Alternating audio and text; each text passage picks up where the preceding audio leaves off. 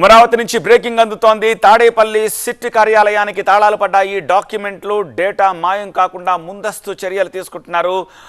IRR skill heritage fibre net కేసుల్లో కీలకంగా వ్యవహరించింది సిట్. ఈ కీలక పత్రాలు ధ్వంసం చేసే అవకాశం ఉందని టీడీపీ ఫిర్యాదు చేసిన నేపథ్యంలో ఉన్నతాధికారుల ఆదేశాలతోటి కార్యాలయాలకు తాళాలు వేశారు.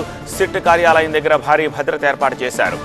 సిట్ కార్యాలయం నుంచి డాక్యుమెంట్స్ బయటకు వెళ్లకుండా ప్రత్యేక పోలీసు బెటాలియన్తో సెక్యూరిటీని అరేంజ్ చేశారు. సిట్ చీఫ్గా ఉన్నారు కొల్లి రఘురామరెడ్డి. ఇప్పటికే డీజీపీ ఆఫీస్కి అటాచ్ అయి ఉన్నారు. ఉండవల్లి నుంచి మరింత సమాచారం అందించేందుకు మా ప్రతినిధి ఎంపీ రావు ప్రస్తుతం మనకి లైవ్లో అందుబాటులో ఉన్నారు. ఎంపీ రావు, ఈ పర్టికులర్ ఇష్యూకి సంబంధించి మీ దగ్గర ఉన్న లేటెస్ట్ అప్డేట్స్ ఏంటి?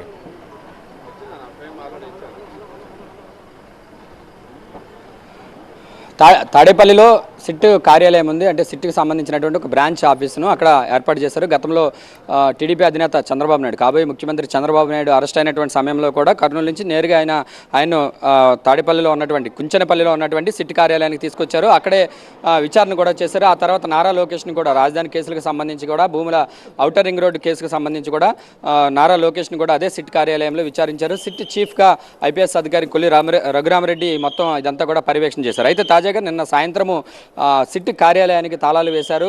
అలాగే సిట్ చీఫ్గా ఉన్నటువంటి కొల్లి రఘురామరెడ్డిని కూడా జీఏడీకి అటాచ్ చేస్తూ కూడా సిఎస్ఓ నిర్ణయం తీసుకున్నారు. అయితే ఈ సిట్ కార్యాలయానికి తాళాలు వేయడానికి గవర్నర్ నుంచి ఆదేశాలు అందినట్లుగా కూడా మనకు అందుతున్నటువంటి సమాచారము. టీడీపీ గవర్నర్కి ఇచ్చినటువంటి రిక్వెస్ట్ మేరకు గవర్నర్ ఈ ఆదేశాలు జారీ చేసినట్లుగా కూడా తెలుస్తుంది. ఎందుకంటే రేపో మాపు చంద్రబాబు ముఖ్యమంత్రిగా ప్రమాణ స్వీకారం చేయబోతున్నారు కాబట్టి చంద్రబాబు కార్యాలయం నుంచి టీడీపీ చంద్రబాబు నివాసం నుంచే గవర్నర్కు వెళ్ళినటువంటి రిక్వెస్ట్ మేరకు గవర్నర్ ఆదేశాలతోటి సిట్ కార్యాలయానికి తాళాలు వేసినట్లుగా కూడా తెలుస్తుంది. అయితే చంద్రబాబు, లోకేష్ విచారణతో పాటుగా టీడీపీకి చెందినటువంటి కొంతమంది నాయకులను కూడా అదే సిట్ కార్యాలయంలో విచారణ చేశారు. ఆ తర్వాత ఈ విచారణకు సంబంధించినటువంటి కొన్ని డాక్యుమెంట్స్ కూడా అక్కడే పోలీసు అధికారులు తగలబెడుతున్నటువంటి సమయంలో కూడా కొద్దిగా గందరగోళం కూడా, రాజకీయంగా కూడా గందరగోళం చోటు చేసుకున్నటువంటి పరిస్థితి. ఎందుకంటే ఆ విచారణ సందర్భంగా లోకేష్ని విచారణ చేసినటువంటి కాగితాలు కూడా అక్కడ రేపు తెలుగుదేశం ప్రభుత్వం అధికారంలోకి వస్తుందనే ఉద్దేశంతో ముందుగానే ఆ డాక్యుమెంట్స్ అన్నింటినీ కూడా తగలబెట్టేశారని చెప్పేసి కూడా టీడీపీ నేతలు ఎన్నికల కమిషన్ కూడా ఫిర్యాదు చేసినటువంటి పరిస్థితి. సో అటువంటి సిట్ కార్యాలయానికి ఇప్పుడు తాళాలు వేసేసి అక్కడ ఉన్నటువంటి ఒక్క డాక్యుమెంట్ని కూడా బయటకు వెళ్లకుండా చూడాలని చెప్పేసి ఉన్నతాధికారుల నుంచి వచ్చినటువంటి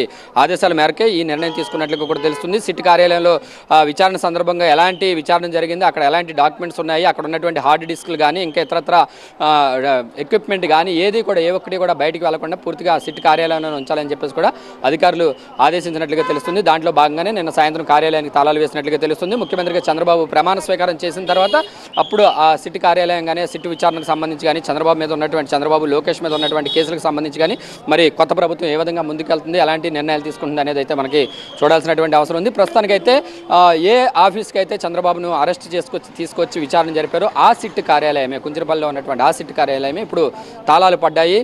2 రోజుల్లోగా పూర్తిగా సిట్ కార్యాలయంలో ఉన్నటువంటి డాక్యుమెంట్స్ అన్నింటినీ సచివాలయానికి లేదా డీజీపీ ఆఫీస్ కార్యాలయానికి తరలించి వాటి మీద పూర్తి స్థాయిలో మళ్ళీ ఆ కేసులను అసలు ఏ ఉద్దేశంతో ఆ కేసులు పెట్టారు వీటన్నింటినీ వెనక్కి తీయాలనే ఉద్దేశంతో అక్కడ ఉన్నటువంటి ఏ డాక్యుమెంట్స్ను కూడా బయటకు వెళ్లకుండా ముందస్తుగా తెలుగుదేశం ప్రభుత్వం చంద్రబాబు నాయుడు నివాసం నుంచి, అంటే ఆయన కాబోయే ముఖ్యమంత్రి ఆయన నివాసం నుంచి వెళ్ళినటువంటి ఆర్డర్స్ మేరకు ఈ చర్యలు తీసుకున్నట్లుగా కూడా తెలుస్తుంది. రైట్ ఎంపీ రావు.